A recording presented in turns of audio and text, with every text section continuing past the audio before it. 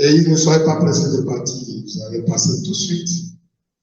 Oui, parce qu'il était le premier à venir dans cette salle. Il était dans cette salle depuis 8 heures. Je crois que c'est 8 heures, alors qu'on avait convoqué pour 10 heures. Mais il a eu la patience de rester. Il est là depuis 8 heures. Il a même arrangé les chaises et tout. Il nous a aidé à mettre les aînés. Alors, c'est un grand homme que je vais appeler tout de suite au podium pour vous dire ce qu'il ressent de cette journée. Pour vous dire ce qu'il peut vous dire et pour dégager son cœur, pour vous présenter ce qu'il a vu du matin jusqu'à cette heure. Et cet homme, vous allez voir, il est si simple, il est endurant. J'ai retenu au moins ce mot de lui. Il est vraiment endurant. Oui. Quand il doit aller quelque part, quand il prend son bâton de frère, je pense qu'il ne faut même pas chercher à le dévier. Il ne va pas quitter sa vie. À moins qu'il ne vise pas quelque chose de positif.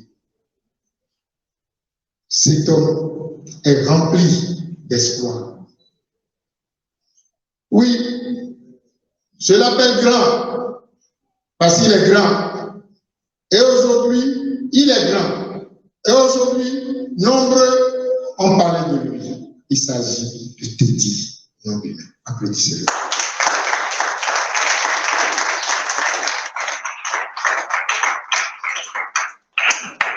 Alors, c'est pour lui cette journée. Il va passer. Et je lui disais, il ne faut pas te passer. Si tu dis 2 mots, et tu t'arrêtes, tu me regardes. Après, tu dis 2 autres mots, tu t'arrêtes, tu me regardes. Voilà. Donc, Teddy, tu as la parole. Tu peux enlever le masque. Voilà. Très bien. Tu peux aller? Oui, c'est bon. Merci beaucoup. Bonjour à tous. Bonjour, chères et éminentes personnalités. Permettez-moi de remercier Madame Sarr, qui représente le frère directeur du Collège Sacré-Cœur, nos distingués représentants de l'UVS, Monsieur Abdoulaye Khan, au nom de l'UVS, Monsieur Abdou Aziz Gueye, de la DCM, Monsieur Mohamed Sy, associé gérant de l'Iwi SRL, le groupe Espoir de la banlieue, Madame Santos, préfet des études, chers affectueux parents, chers attentionnés amis et invités, à vos graves qualités et personnalités, je vous remercie de votre présence effective. En vous, recevez toutes mes considérations. Je vous souhaite la bienvenue dans ce qui a été et reste ma seconde maison. Je trouve que les fleurs ont déjà été lancées. Je suis honoré et submergé par une joie démesurée par les mots de tous ceux qui m'ont précédé dans cette cérémonie. Leur description est tellement belle que je me demande si c'est vraiment moi. Je crois que je vais rester à ma modeste personne, car pour moi, rien n'est encore fait, rien n'est encore accompli, et le chemin reste encore loin. Avant même de me lancer et de vous plonger dans mon univers, je tiens d'abord à remercier l'homme grâce à qui cet événement se tient, mon mentor, mon manager, pour cette présentation, M. Soakoundé.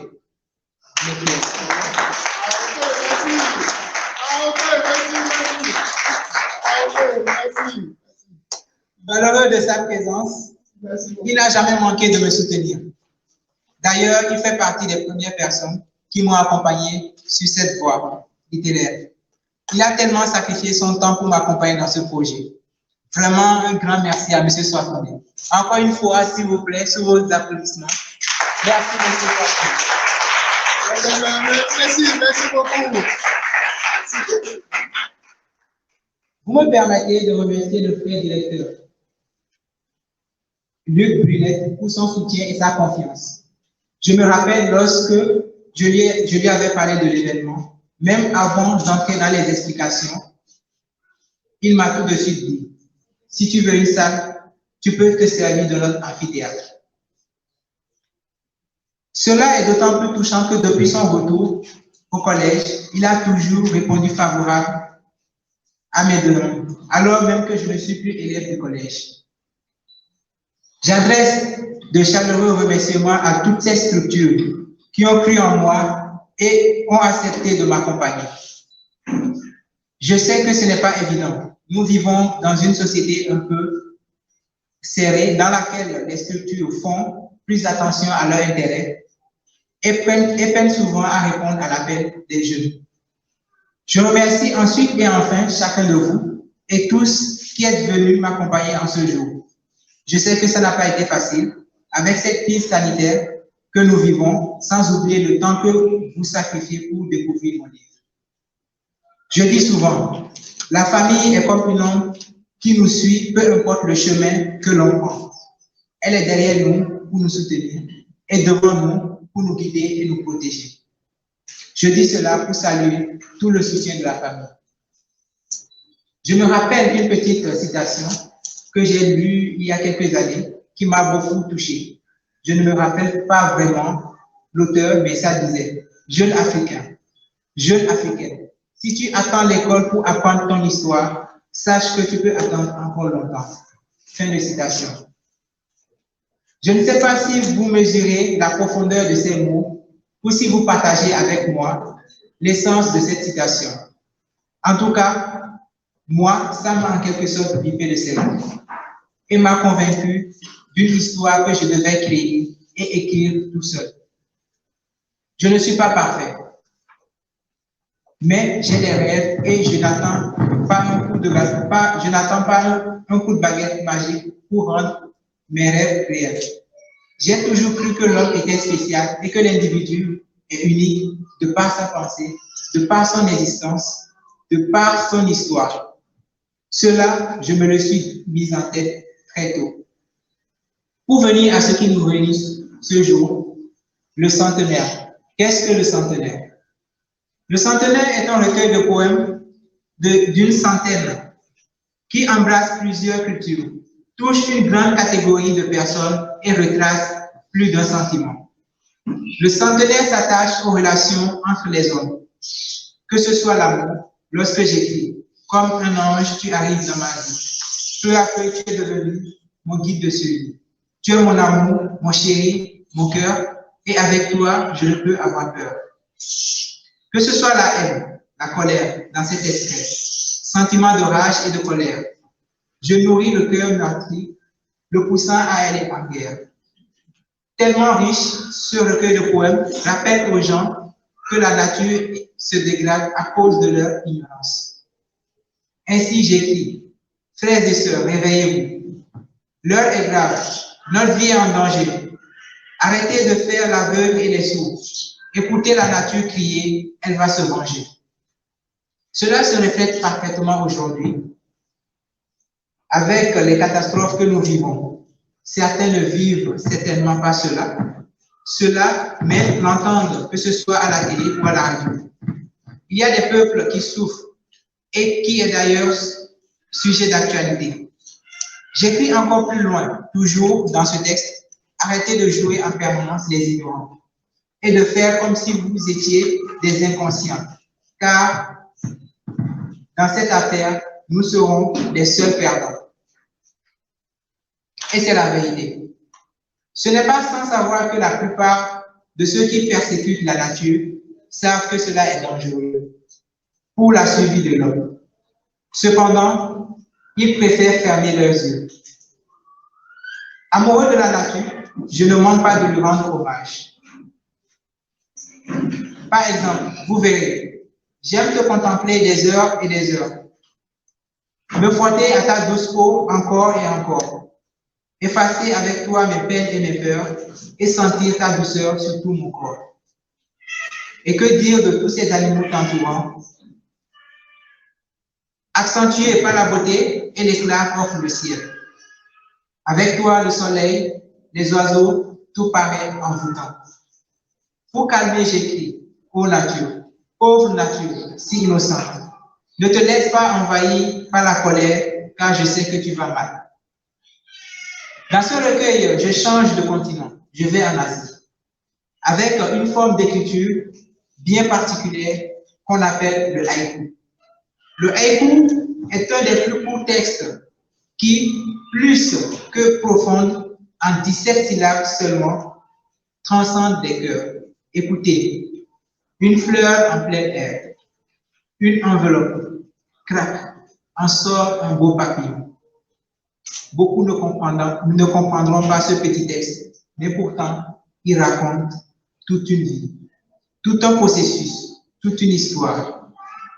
On peut voir ce petit texte comme une illustration de la naissance, un processus de renouveau. Cela rappelle la naissance d'un papillon. Cependant, il raconte une histoire qui concerne tous. La fleur en plein air pourrait être assimilée à un individu de la société qui se bat pour survivre. L'enveloppe peut être considérée comme étant son idéologie. Son rêve est au bout de l'effort qu'il fournit et de sa persévérance. Il réussit à sortir vainqueur de son rêve. Il devient alors ce beau papillon nouveau-né. On peut aussi prendre ce texte dans un autre sens, c'est-à-dire, on a une illustration de la réussite d'un homme. Un homme qui se défend dans la nature et qui, lorsqu'il se libère et sort de sa coquille ou de son enveloppe, il produit le meilleur de lui. Ainsi, jouit de sa réussite. Il y a plus d'explications et cela revient à tout un chacun d'en faire son analyse. C'est ça qui fait la beauté de cette forme d'écriture. Le recueil comporte plusieurs textes de ce genre. J'en ai encore un, Grosse boule rayonnante, qui se couche à l'horizon. Montre-nous ta splendeur. Vous comprendrez sûrement que l'on parle du soleil, qui est cette grosse boule rayonnante que l'on le réclame. Je reviens ensuite en Afrique en parlant de mon pays natal, du Bénin, que j'ai quitté il y a très longtemps. Mais je ne l'oublie pas, car il fait partie de moi. Avec le texte Nostalgie, je dis, je me rappelle ce sol délaissé, sol que radiaient mes ancêtres, tels leurs ancêtres l'ont laissé. Je me rappelle cette terre abandonnée, aussi calme qu'il puisse paraître, qui m'a été jalousement donnée. Parfois, j'ai la nostalgie de chez moi. J'ai envie d'embrasser tous ceux que j'ai laissés et surtout ma mère qui y vit. En parlant d'elle, elle devait se rendre ici pour la cérémonie, mais avec la situation sanitaire, c'est sans oublier que ça serait compliqué. Cependant, elle m'a appelé tout à l'heure, bien sûr, avant le début de la cérémonie,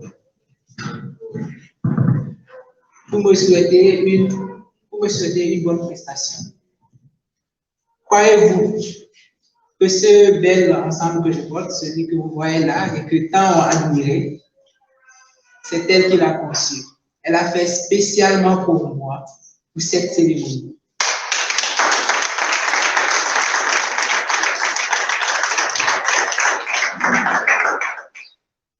Elle se dérange tellement pour moi, même si en général, elle est à quelques kilomètres de moi.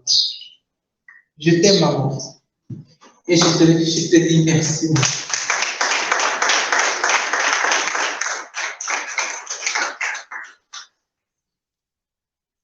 Au moins, tu auras vu ton fils réaliser quelque chose.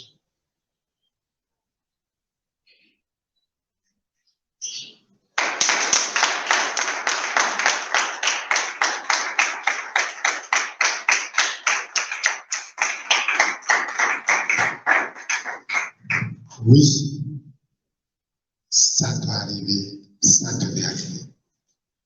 Ces émotions font partie de ce discours. Ça montre vraiment la force des mots. Ça montre vraiment l'orientation qui s'est donnée. Ça montre vraiment la racine qu'il reconnaît pour ces mots. Et ça nous détermine aussi beaucoup de choses en lui qui est une vaillance. Vas-y. Et que les mots soient.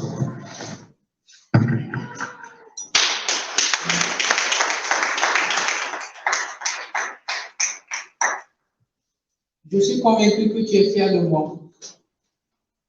Les mamans sont les pères de la famille et je ne manque pas de les mentionner. En lisant le livre, vous vous rendrez compte que je commence avec un texte pour toutes les mères et je termine avec un hommage à ma mère. Après le Bénin, je reviens au Sénégal avec un texte pour l'émergence du pays. L'ambition fait la force de l'homme. La réussite est au bout de l'effort. Seul le travail fait l'effort. Chers amis, dans la discipline, travaillons pour la construction d'un monde meilleur. Ensemble, en route pour l'émergence du Sénégal. Ce n'est pas facile de vivre dans cette société. On est confronté à plusieurs choses. Il arrive que l'on se retrouve seul ou que l'on se sente à l'écart. Par exemple, pourquoi suis-je laissé seul dans ma solitude, alors qu'on me dit parfois que j'ai une bonne attitude? Pourquoi personne n'essaye donc de me comprendre et ceux des autres, je dois apprendre? Je raconte un peu la vie de certains qui se sentent à l'écart de la société. Je m'étonne avec le texte. Quelle peine, quelle tristesse. Je me sens fortement à l'écart. La nature humaine me blesse. Je compatis tous ces gens obligés de demeurer dans cette solitude avec le texte. Je suis triste et seul comme un humain, seul, éloigné et isolé de tous et tout. Condamné à supporter ma propre compagnie jusqu'au bout. Ignorant et ignoré de tout, ici et partout. En nageant plus loin dans mon observation et voyant la souffrance des enfants dans le monde, je ne peux encore m'arrêter d'écrire. Ainsi vous avez, pauvre enfant, triste et tout seul sur son chemin, emportant avec lui tout un chagrin. Pauvre enfant, de nature très sensible, qui aux yeux de certains comme cible. Et pour finir, j'écris, pauvre enfant, de très long et silencieux parcours, à qui la vie a joué tellement de tout. Écoute-moi. J'ai inséré quelques textes de condoléances à quelques personnes à la suite de la perte d'un de leurs parents. Je ne peux détailler tous les textes que j'ai tellement reflétés que si j'essayais d'étaler tout, on risquerait de passer toute la journée. Pour finir, je laisse un remerciement à tous ceux qui m'ont aidé à mettre en œuvre ce recueil. Je remercie tous ceux et celles qui m'ont aidé, tous ceux et celles qui m'ont soutenu et qui ont fait de ce rêve une réalité. Un grand merci à tous ceux qui ont été à mes côtés, à ceux qui m'ont directement ou indirectement inspiré. Je remercie encore une fois mon papa pour le soutien qu'il m'apporte toujours. Je n'ai pas toujours été un fils idéal. Souvent, j'ai été un peu rebelle, mais il me soutient toujours. Dans ce livre, je lui ai aussi adressé quelques mots. Je remercie toute la famille pour leur présence et leur accompagnement. Permettez-moi, oui, permettez-moi, cher chaleureux public, permettez-moi encore une fois d'orienter toute l'émotion qui m'anime aujourd'hui sur cette image, cette personne, ce cœur, ce compagnon de route, cette épaule, mon ami, mon frère, oui mon frère, de sang, Marcus Hildebert Nobimé.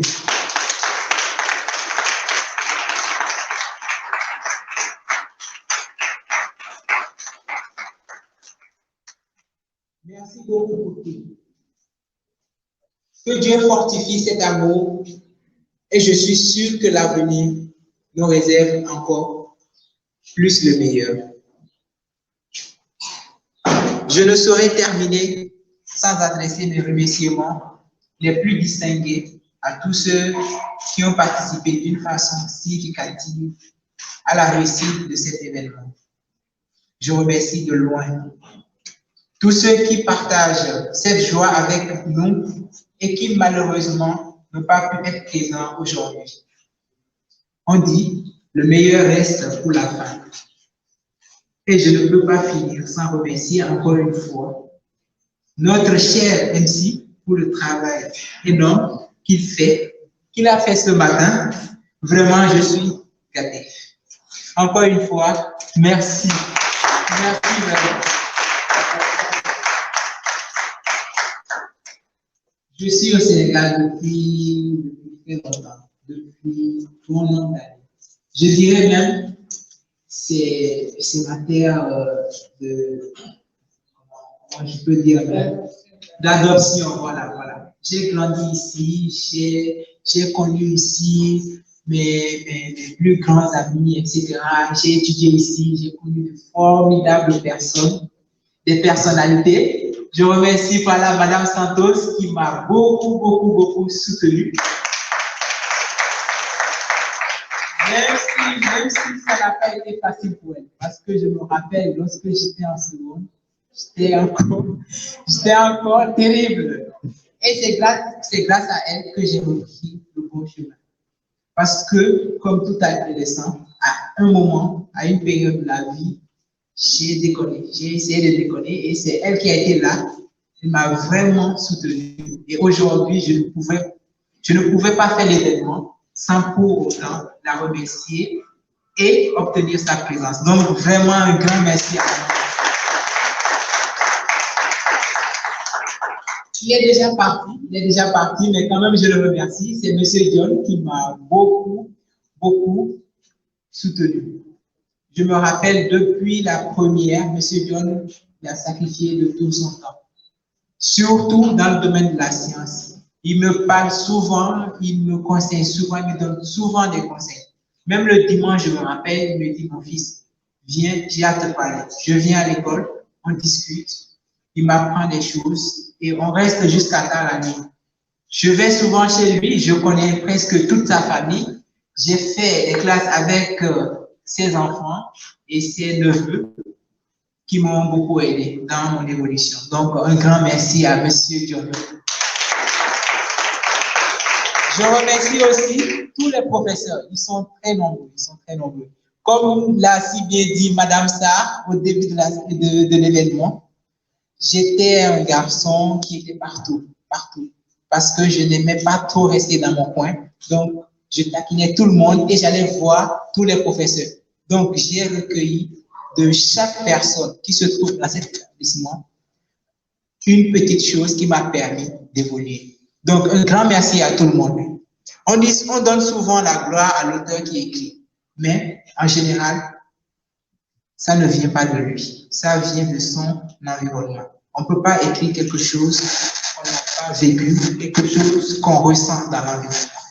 Donc, si aujourd'hui, j'ai écrit quelques textes qui vous ont marqué de près ou de loin, sachez que c'est grâce à vous, c'est grâce à mon environnement, c'est grâce à toutes ces personnes-là qui m'entourent, qui me soutiennent. J'ai reçu beaucoup d'amour des proches, de la famille, et je ne peux plus. Ils sont nombreux, très nombreux. Donc, une fois de plus, merci à tout le monde. Et je vais finir par le Wolof, bien sûr. Je suis pas très pointu dans le domaine, mais quand même, j'arrive à m'exprimer. J'ai fait plus de 16 ans ici, donc normalement, je dois m'en sortir. Donc, Mangi Djelou, Nyopsi Sen Tehaoui Ak Sen Tahawaï Sibir, Djeredjef Fritou. Merci vraiment et vraiment que la cérémonie continue, ça ne s'écrit pas là. Ça ne sera pas la première présentation, j'espère vraiment. Il y aura d'autres et 2022, c'est bientôt, il y aura encore d'autres événements. Donc, merci encore une fois. Merci. Merci beaucoup. Merci, Betty. Voilà, les deux frères qui s'embrassent, c'est très beau. Et prenez ces photos, ces vidéos, c'est très bien. Et voilà, donc, et les deux sont toujours ensemble. Les deux sont toujours ensemble. Voilà, donc, nous remercions vraiment le petit frère qui a su bien garder cette amitié, ce lien avec son